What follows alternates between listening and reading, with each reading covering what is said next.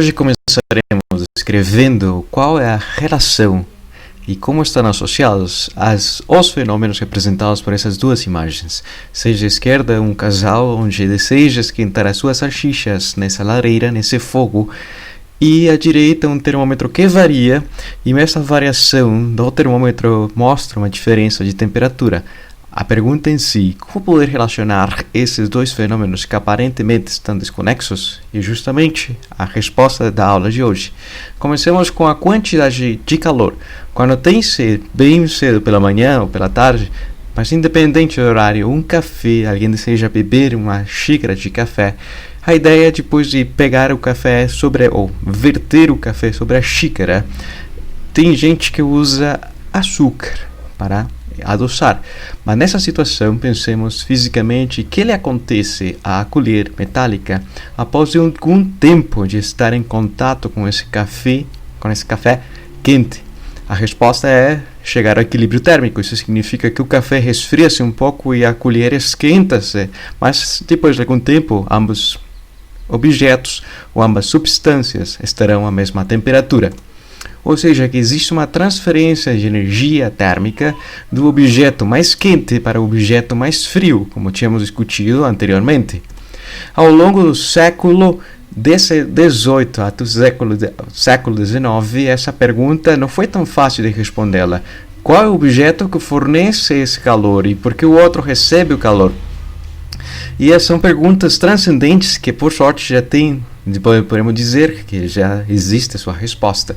E, basicamente, a compreensão da sua resposta veio mediante a análise de Jean Prescott Joule, ou mesmo das unidades joules de energia, que desenhou justamente no ano de 1843 um experimento que corroborava justamente o calor como sendo uma manifestação de energia. Mas nesse momento histórico nós já sabíamos o que significava exatamente o calor. O calor é uma manifestação de energia, mas havia que mostrá-lo experimentalmente para chegar nessa conclusão. E basicamente nesse experimento, que consiste em ser uma massa pendurada de um rolo ou mediante um fio, a massa cai e faz movimentar esse eixo que está preso a umas pás, e essas pás estão dentro, imersas em um recipiente isolado com água, e registrava-se um acréscimo da sua temperatura como consequência do trabalho realizado por essa massa ao gerar movimento do eixo e movimentar a água. E justamente o trabalho realizado por forças que tínhamos descritos anteriormente, como por exemplo a força-peso, que estaria associada com a energia potencial gravitacional, pois diminui a sua altura, e essa diminuição da altura transforma-se em uma energia cinética associada ao movimento do bloco que está sendo pendurado e ao movimento justamente dessa massa de água. Mas é uma descrição um pouco mais complexa, o movimento caótico dessa massa de água. Mas pelo menos mostrava-se que esse fenômeno, essas duas energias, potencial gravitacional e energia cinética, estava associada justamente com o acréscimo de temperatura, pois a princípio a energia tem que se conservar no sistema físico e, em consequência, essa é, em uma animação direta, o fenômeno do experimento. Os objetos diminuem de altura, a energia potencial gravitacional diminui, a energia cinética está apresentando algum movimento, esses dois blocos pendurados, e a temperatura, como se registra nesse termômetro, aumenta à medida que mais trabalho é realizado sobre a massa de água, e esse trabalho transforma-se em calor. Justamente essa é a palavra-chave do dia de hoje, pois a princípio esse fenômeno de transformação de energia é equivalente a ter um fogo na parte de baixo, pois ambos mostram a equivalência de fazer um acréscimo de temperatura. Aonde que está a equivalência? Então o calor é uma manifestação de energia, mas uma energia fora dos conceitos que tínhamos visto anteriormente, que são de energia mecânica, energia associada ao movimento. Nesse caso, o calor é outra manifestação de energia, que não necessariamente está associada ao movimento. É uma transferência entre os objetos mais quentes para os mais frios. E esse experimento de Joule justamente mostrou aquilo, que primeiro havia que definir uma unidade para o calor. Então, por mais que a energia seja hoje em dia chamada em unidades de Joule, justamente ele mesmo definiu a caloria como sendo o trabalho necessário para elevar a temperatura de 1 grama de água de 14,5 graus Celsius até 15,5 graus Celsius, ou seja, um acréscimo de 1 grau Celsius por grama de água. E a essa energia associada a esse trabalho realizado, hoje em dia já sabemos a sua equivalência em joules, exatamente o nosso Sistema Internacional de Unidades, pois a caloria não pertence ao Sistema Internacional de Unidades, tem-se que uma caloria é equivalente a 4.186 joules.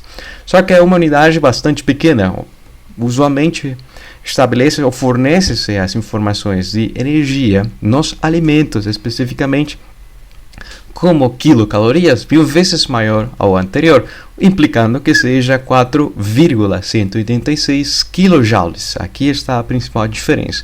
Aumenta um fator de 1000, também aumenta um fator de 1000, como está expresso nessa equivalência. Mas esse experimento mostra uma extensão da lei da conservação de energia, onde a variação de temperatura está relacionada, e o que simboliza o que representa esse símbolo, com o trabalho realizado sobre o sistema físico, que é justamente essa massa de água sendo movimentada e registrando a sua temperatura com esse termômetro. E em segundo, teria-se que concluiu-se que o calor é uma transferência de energia térmica, mas não somente entre os objetos, está associado com o trabalho realizado sobre essa massa de água. E, por outro lado, justamente existem unidades fora da caloria, fora dos joules, que se representam calor. E são as unidades britânicas de energia. O trabalho necessário para levar uma libra inglesa de massa, equivalente a 0,453 kg de água, de 63 graus Fahrenheit até 64, uma mudança de 1 grau Fahrenheit. E a essa unidade de energia, BTU, equivalente no Sistema Internacional de Unidades, com as representadas especificamente pelo Sistema Internacional de Unidades, equivale a 1054 joules. Mas essa unidade de energia BTU, que não usa-se cotidianamente, a menos que alguém deseje comprar algum desses aparelhos para resfriar uma sala ou o quarto, caracteriza o poder de remoção de calor, justamente a palavra-chave, de calor desse espaço fechado. Pois um ar-condicionado pequeno tem a capacidade de remover tantas unidades de calor em relação ao ar-condicionado muito mais potente, que remove muito maior quantidade de calor, consegue resfriar muito mais rápido um quarto, mas também se as dimensões do quarto são maiores, necessita-se a princípio um objeto que resfrie um espaço bastante grande, a menos que seja interligado com várias máquinas de ar-condicionado, com esse trocador de calor, que é esse aparelho que fica fora no ambiente, mas que remove, e depende justamente de quantos pequenos estão ligados a esse grandão. Para me fazer entender, façamos um exercício número 4. O exercício 4 diz que a queima de calorias adicionais aconteceu, mas supondo que ao pecar no regime, uma mulher de 60 kg comeu um sorvete que contém 500 quilocalorias, bastante saboroso. Para remediar o acontecido, realiza uma quantidade equivalente de trabalho a subir e descer as escadas várias vezes. Qual deveria ser a altura das escadas? Mas qual deveria ser a altura repetida das escadas, como se são bem altas? Qual deveria ser a altura? Por mais que suba e desça, qual deveria ser a altura global? Para responder essa pergunta, comecemos transformando as unidades de energia ingerida, consumida ou comida, justamente fornecida quimicamente por esse sorvete gostoso, tem-se que energia de 500 quilocalorias, que se poderá transformar mediante o fator de conversão de uma quilocaloria equivalente a 4,186 kg ou 10 a terceira potência joules. Como consequência dessa transformação, tem-se aproximadamente de 2.100.000 joules, ou 2,1 vezes 10 a potência 6 joules. de energia, bastante energia. O trabalho que deveria realizar essa mulher seria o trabalho de subir várias vezes as escadas, ou seja, o seu peso indo de uma altura de referência para uma altura superior. E essa altura superior é a grande incógnita a ser descoberta, pois o trabalho e energia pertencem ou expressam-se mediante as mesmas unidades. Conhece-se a massa da mulher e conhece-se o valor da aceleração gravitacional, e como consequência de isolar a altura, teria-se a razão entre o trabalho a ser realizado ou a energia ingerida pelo peso da própria mulher. Nessa situação, substituindo os valores de a energia ingerida de 2,1 vezes 10 a potência 6 joules, dividido por seu peso, resultando em 3.600 metros, bastante altura, mas lhes lembrarei que no Brasil não existe uma montanha tão alta com altitude de 3.600 metros. Mas por sorte, justamente o corpo humano não consegue transformar a energia dos alimentos com 100% de eficiência. Em realidade, o faz com 20%. Poderão se imaginar para aonde iria o 80%.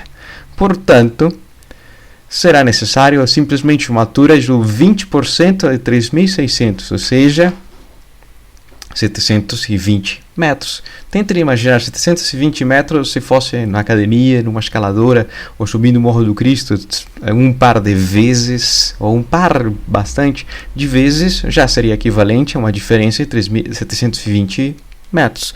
Estar na academia por 15 minutos talvez poderia ser o equivalente a ter uma ascensão de 720 metros. Mas pelo menos o importante é quantificar que aquilo que comeu-se para pecar no seu regime terá um remédio, e justamente ao queimar uma quantidade equivalente de energia, realizando o trabalho de deslocar-se ao longo de um caminho, mas que a sua diferença de altura seja 720 metros.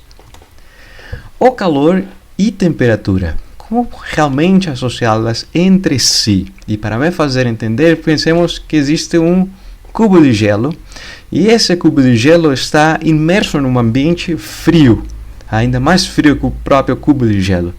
Esse cubo de gelo poderá interagir com o ambiente circundante mediante o processo de transferência de calor de condução, poderia ser por convecção ou poderia ser por irradiação. Por algum desses três mecanismos de transferência de calor, existe a interação entre o cubo de gelo com o ambiente circundante ao próprio cubo, implicando que o cubo resfrie-se ainda mais como consequência dessa interação.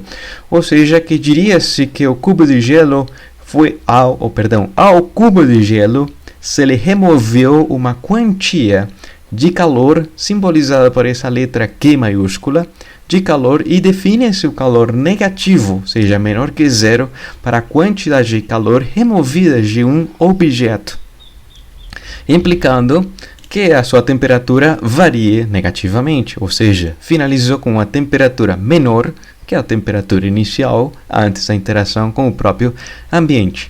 Por outro lado, podemos pensar o cubo de gelo interagindo com um ambiente mais quente, com uma maior temperatura.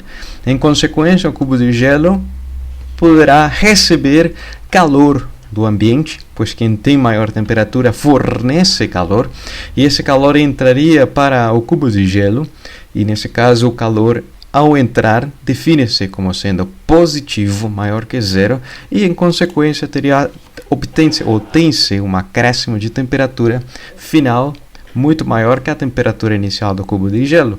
Então, tendo presente justamente a noção de sinais negativo e positivo para o calor e para o calor e a temperatura,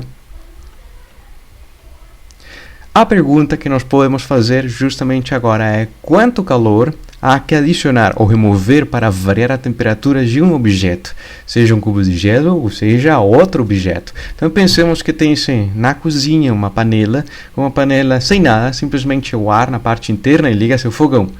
Justamente esquenta-se muito rápido o ar que está na parte interna, a menos que esteja preenchida com água, que demora mais tempo e o processo de esquentar tardará mais tempo, não será tão rápido como o caso anterior.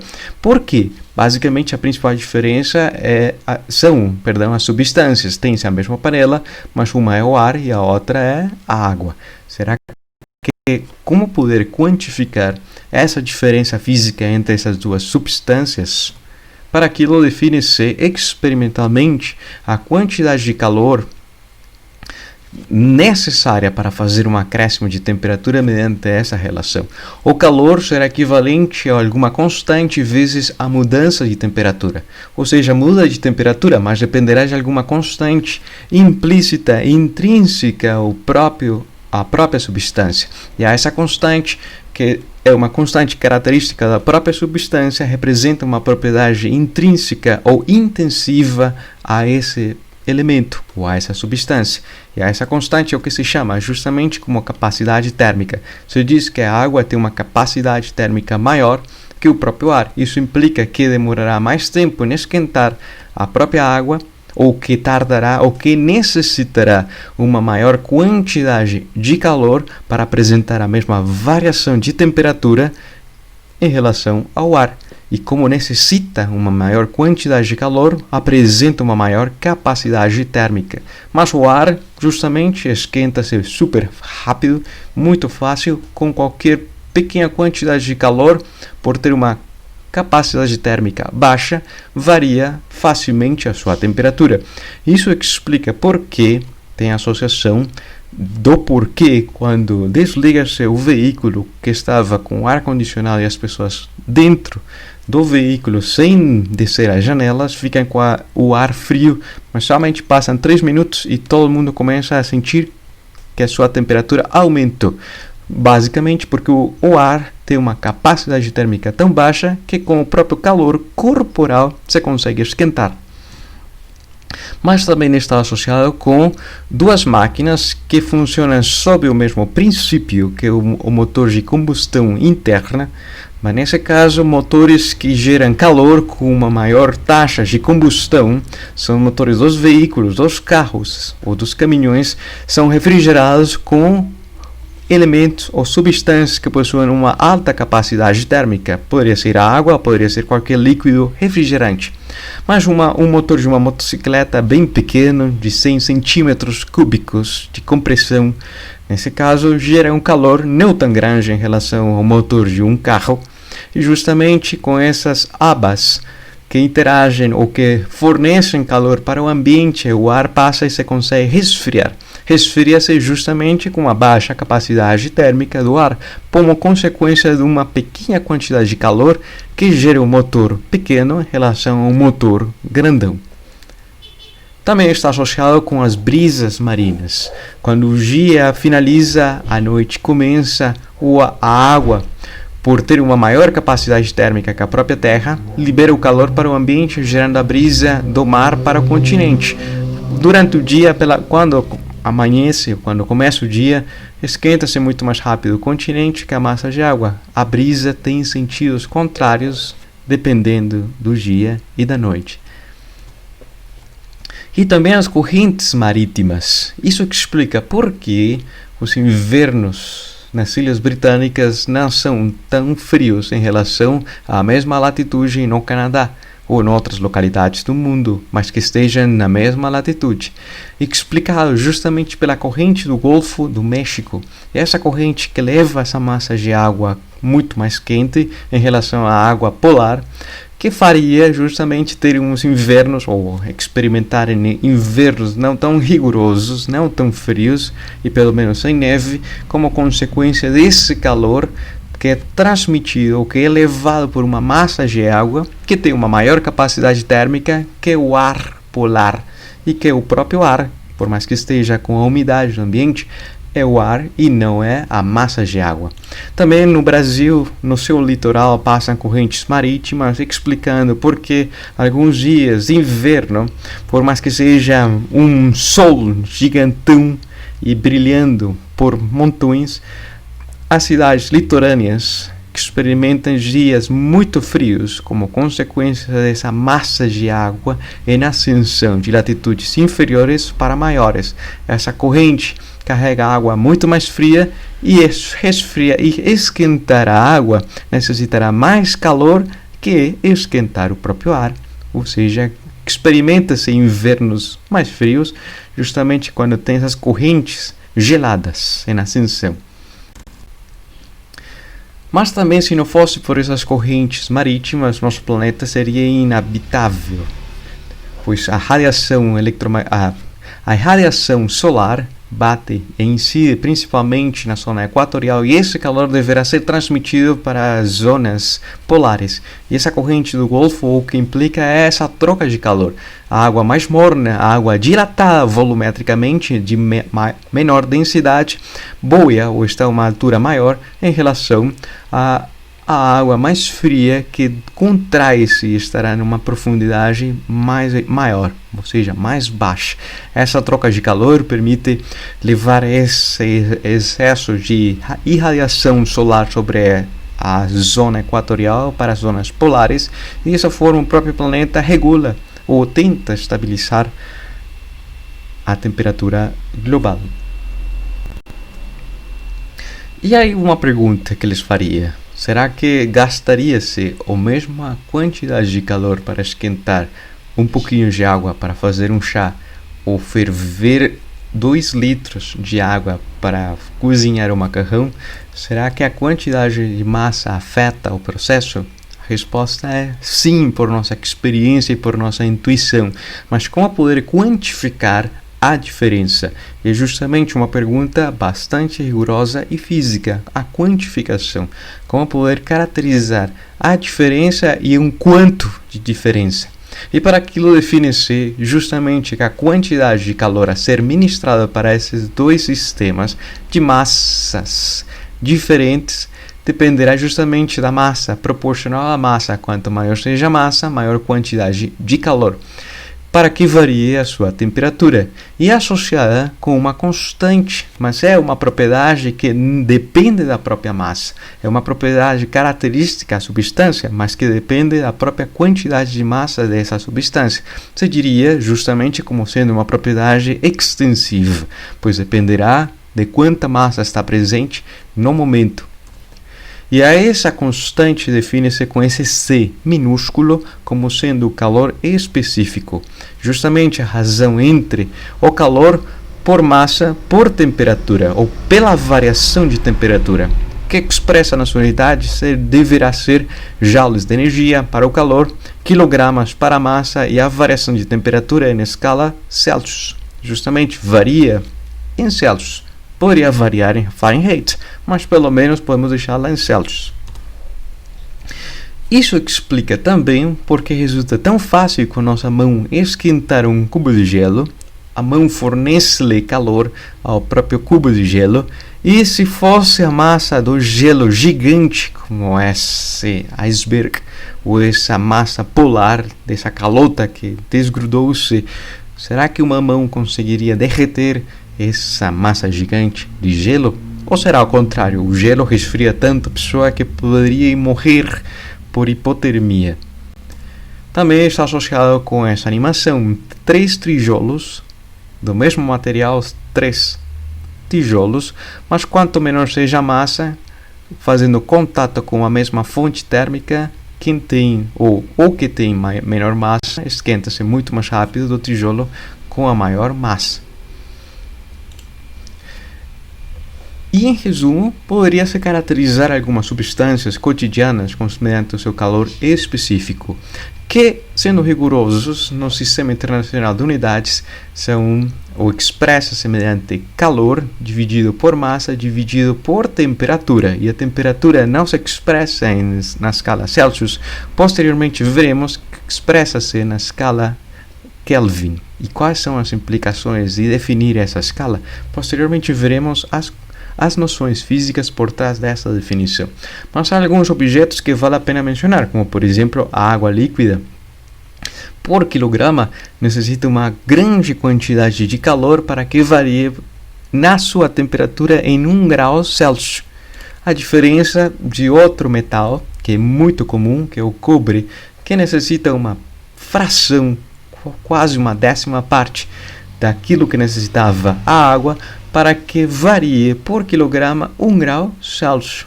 E é justamente o fundamento de usar o princípio físico que corrobora a nossa intuição de usar uma tubulação de cobre para esquentar uma massa de água com o calor gerado por uma lareira.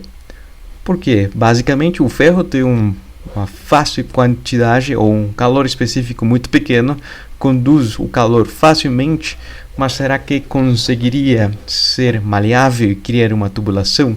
A resposta poderia ser, mas basicamente, quanto mais fácil seja criar essa tubulação e esse elemento possa transmitir o calor para o fluido que está na parte interna, que é a própria água, e esquentá-la, facilitará o processo de esquentar por completo essa massa de água armazenada sem fazer o contato direto com a fonte térmica, que é essa lareira.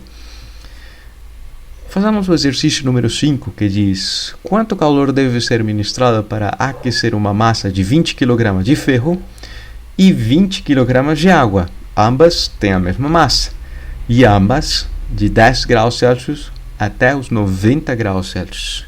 Reparemos que a massa influencia ou repercute no processo de esquentar, justamente pois os calores específicos são diferentes.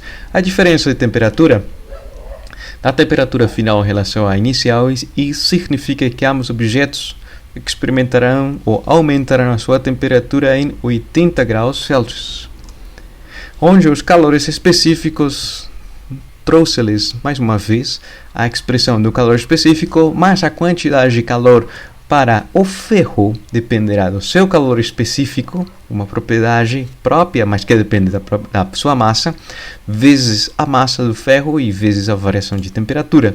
Substituindo os valores, teria-se que para o ferro, depois de simplificar algumas unidades, por exemplo, as quilogramas e os graus Celsius, simboliza-se o calor mediante a unidade de energia, e após multiplicar esses valores, tem-se que para esquentar as 20 kg de ferro, necessita-se fornecer-lhe uma quantidade de calor equivalente a 752 kJ ou 752 mil joules.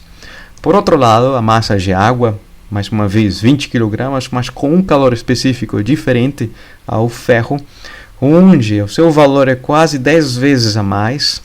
Substituindo os valores e simplificando as unidades, similar ao caso anterior, obtém-se que a quantidade de calor a ser ministrada para a água e esquentar-se 80 graus a mais necessita ser bastante grande. Claro, visualmente sabemos que se fosse dinheiro, se alguém ganhasse por mês R$752, não é idêntico a ganhar R$6.704. Mas como poder associar essa diferença? Basicamente será mediante uma razão entre a quantidade de calor a ser ministrada para a água em relação à quantidade de calor ministrada para o ferro. A razão nos mostra, sem unidades, que o calor ministrado à água é justamente quase 9 vezes maior que a quantidade de calor ministrada para o ferro. E quase 9 vezes maior é a resposta, é a interpretação desse fenômeno físico. Pois vale a pena também entender os conceitos e fazer os cálculos, mas o mais importante sempre será a interpretação. Então, esquentar uma massa de água necessita-se quase 9 vezes maior, mais energia térmica em relação à mesma massa de ferro. O exercício 6 é um pouco mais complexo, mas diz basicamente que 200 ml de café a 95 graus Celsius são vertidos numa xícara de vidro. A xícara de beber o café, que tem uma massa de 150 gramas, que estava a uma temperatura de 25 graus Celsius, justamente sobre ou armazenada ou contida no armário. Calcular a temperatura do equilíbrio desse sistema, mas para aquilo há que supor que o sistema está isolado, não tem mais interação com o ambiente, a menos que seja a xícara com o café. Esse sistema isolado facilitará os cálculos a serem feitos, pois justamente é uma troca de um objeto de maior temperatura com um objeto de menor temperatura. Se alguém fornece, o outro recebe, e a soma coletiva deverá ser zero, justamente.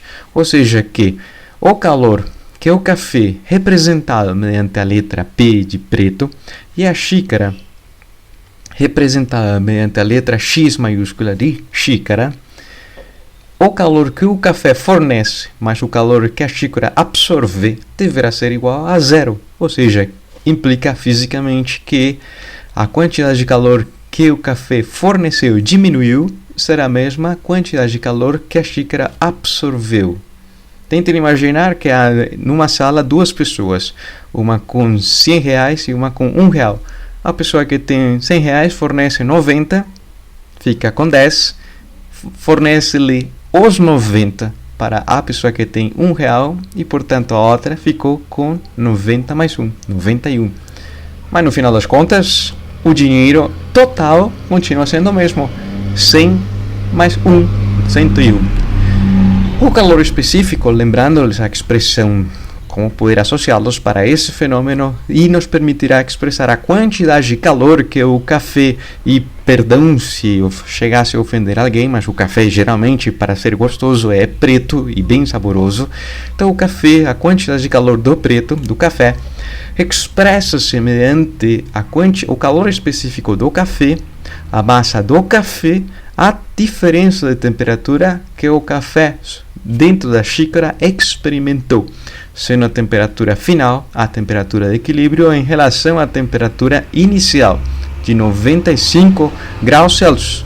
Por outro lado, a xícara, que tem um calor específico do vidro da xícara, a massa da xícara, experimenta um acréscimo de temperatura, da temperatura de equilíbrio em relação à temperatura inicial. Peço desculpas que esse elemento não iria aqui. Simplesmente será a temperatura de equilíbrio menos 25 graus Celsius. Substituindo os valores, fazendo um pouco de artimanha matemática ao expressar os elementos com temperatura de equilíbrio à esquerda dessa equivalência, ou seja, deixando em evidência esse fator comum de temperatura de equilíbrio que pertence para o calor específico do café e a massa do café, mais o calor específico da xícara com a massa da xícara, e aquilo que não tem temperatura de equilíbrio iria para a direita da equação.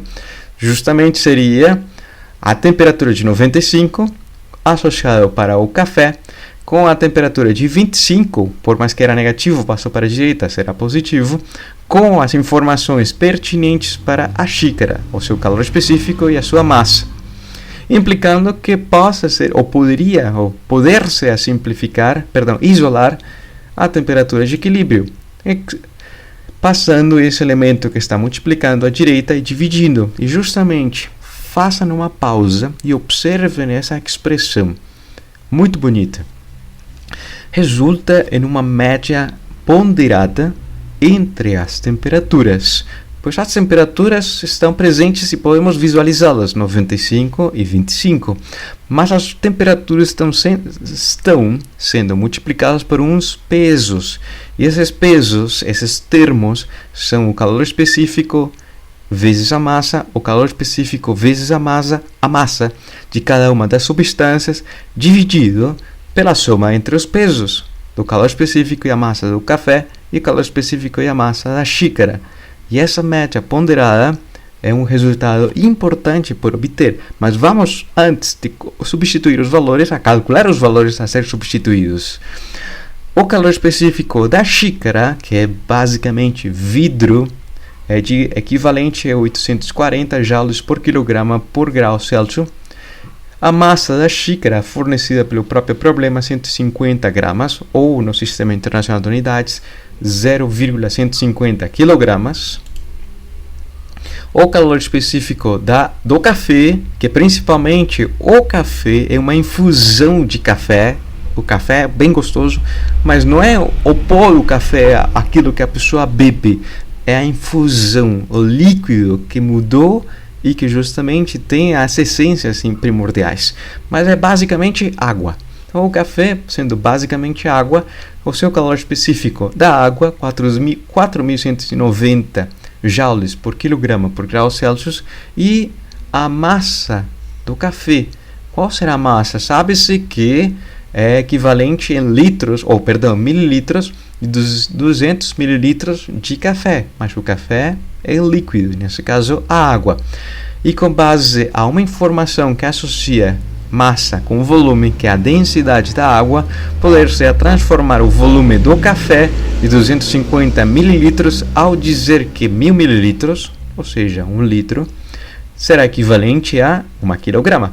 Eliminando as unidades em mililitros, obtém-se 200 dividido por 1000, 0,2 quilogramas. Ou seja, que é 200 gramas de café. Mas no Sistema Internacional de Unidades, a massa expressa-se em quilogramas. Após de substituir os valores, pelo menos antes de fazer alguma conta, implicando a interpretação física dessa expressão, diria-se basicamente que a temperatura de equilíbrio estará abrangida entre 25 e 95. Não poderá ser maior que 95, nem menor a 25. É um valor intermediário e estará muito mais próximo da substância, ou a temperatura de equilíbrio estará muito mais próxima da temperatura da substância com o maior calor específico. E visualmente tem-se que o maior calor específico é da água. Portanto, após de substituir os valores, a temperatura de equilíbrio é de 85,8 graus Celsius. Ainda assim, está quente o café e vale a pena bebê-lo por completo. Mas, se mudarmos um pouco o pensamento e temos uma substância que é a água sólida a uma temperatura medida por esse termômetro a 0 graus Celsius e fornece-lhe calor, ou a fornecer-lhe calor, essa substância muda e deixa de ser sólida para líquida, mas ainda assim mantém a sua temperatura até que, por completa, toda muda de estado e a partir desse ponto começará a esquentar-se, com poder quantificar a quantidade de calor que necessariamente deveria ministrar-se para essa substância sólida e ser completamente transformada em líquida sem haver mudança da sua temperatura. E é um conceito que experimentalmente mensura-se e a quantidade de calor será proporcional à massa.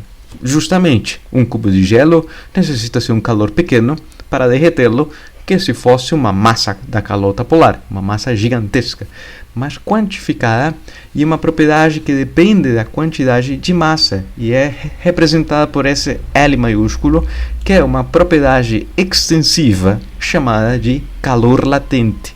E o calor latente expressa-se no Sistema Internacional de Unidades em joules por quilograma, como sendo a razão do calor a ser ministrado para uma determinada massa, para que essa substância faça uma mudança de estado físico, mas não de temperatura.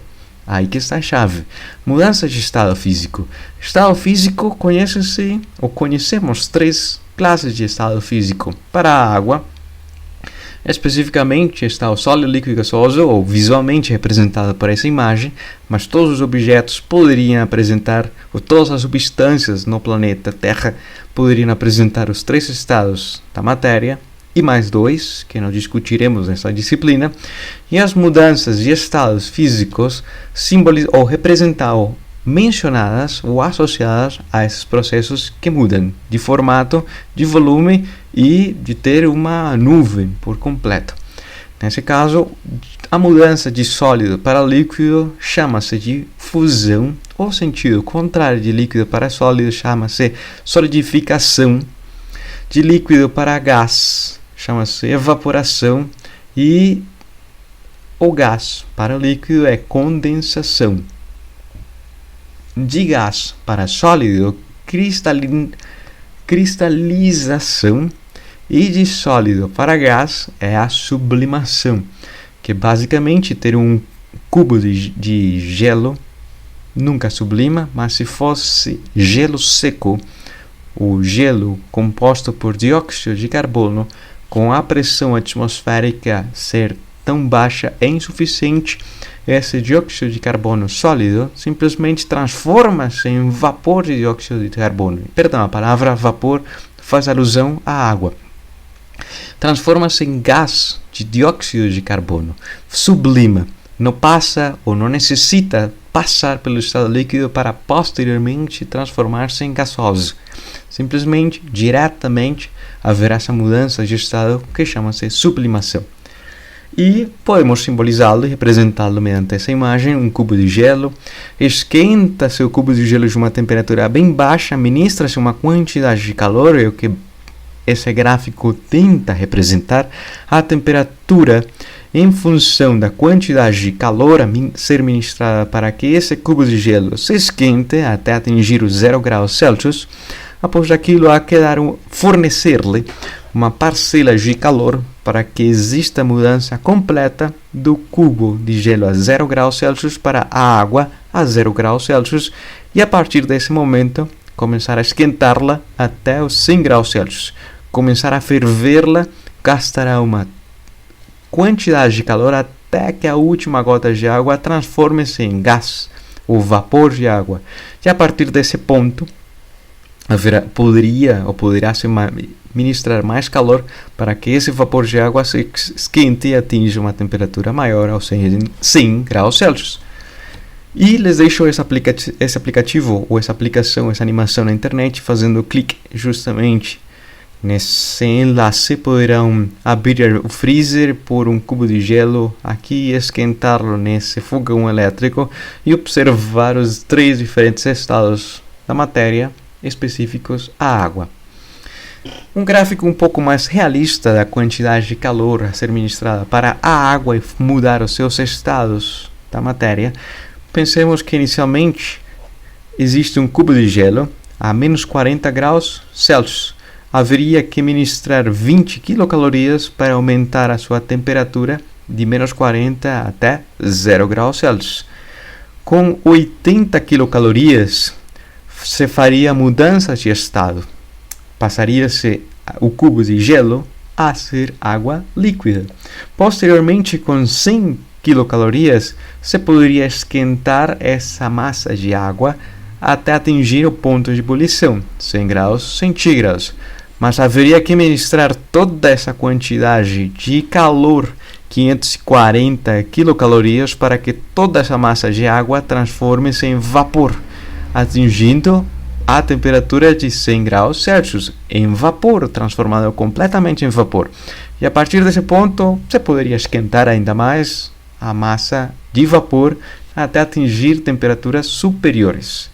Mas pelo menos o gráfico mostra a grande quantidade de calor para fazer a mudança de estado líquido para gasoso e muito diferente para o estado sólido ao líquido, bastante fácil.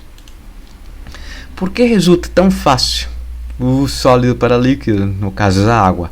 Basicamente, existe uma classe de ligação química que chama-se ponte de hidrogênio, onde a molécula da água tem uma polaridade elétrica, ou existiria ou experimentaria uma interação atrativa e repulsiva entre íons de sinais opostos, como é o caso do oxigênio eletronegativamente negativo, ou carregado com carga elétrica negativa, ou como se diz em química, eletronegativo com sinal negativo, e eletronegativo positivo com sinal positivo, os íons de hidrogênio, permitindo esse arranjo espacial que constitui a rede cristalina do próprio sólido, nesse caso a água.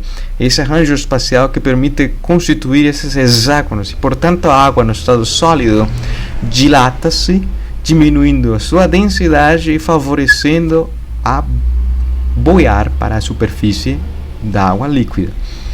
Mas fornecendo um pouco de calor implica um acréscimo de temperatura, também implica que tenham mais energia cinética, energia associada ao movimento, as moléculas da água.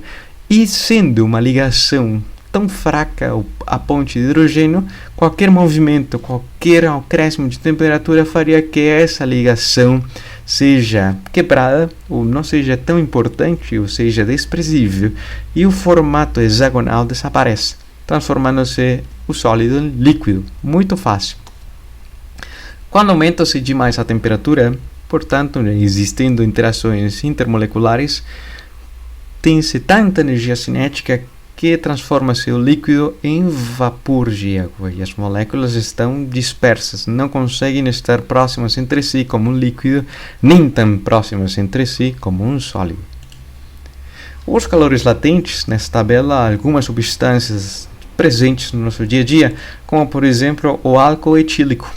O álcool do combustível tem um ponto de fusão de menos 114 graus Celsius, um calor específico de fusão de 104 kJ por quilograma e o calor específico de evaporação, onde a temperatura de vaporização ou vaporação é equivalente a 78 graus Celsius, com calor específico de calor latente de vaporização de 850 kJ por quilograma. Isso explica por que o álcool etílico, quando passa por nossa pele, necessita remover uma parcela pequena de calor para evaporar-se por completo. Quando fornece essa sensação das vacinas, que doem, que ficam muito frias, basicamente quando a pessoa aplica com o algodão justamente o álcool sobre a nossa pele, se resfria tão rápido porque remove uma pequena quantidade de calor e já transforma-se em vapor. A diferença da água, que necessita-se uma maior quantidade de calor para evaporá-la, pois a sua temperatura conhecemos de 100 graus centígrados para o ponto de ebulição, mas uma grande quantidade de calor para evaporá-la por completo, uma quantidade de calor por quilograma. A diferença do ponto de fusão, que necessita ser quase 9 vezes menos energia para fundi-la ou para fazer o processo de fusão. Isso tem relação com as pessoas que cozinham, pois às vezes queimar-se com água fervendo não é o mesmo que queimar-se com vapor de água. Ainda assim poderia estar à mesma temperatura, podendo provocar queimaduras de primeira ordem, segunda ordem, terceira ordem, o primeiro grau, segundo grau e terceiro grau. E essas queimaduras com vapor doem mais que as queimaduras com água líquida. E por quê? Qual é o fundamento físico para que essa dor exista e como poder quantificar esse dano realizado sobre nossa dermis? E esse é o último exercício 7. Qual é o calor transferido para a pele quando essa recebe calor liberado por 25 gramas de vapor de água, inicialmente a 100 graus Celsius, resfriada até atingir a temperatura da pele, 34 graus centígrados, e B, pelas mesmas 25 gramas de água inicialmente a 100 graus centígrados, mas é água líquida, até resfriar-se e atingir os 34 graus, que é a temperatura da própria pele. Ou seja, inicialmente vapor de água sobre a nossa pele e na parte B é a água líquida a mesma temperatura sobre a nossa pele. Primeiro comecemos com a mudança de estado, pois é água, vapor de água, e haverá que fazer um resfriamento.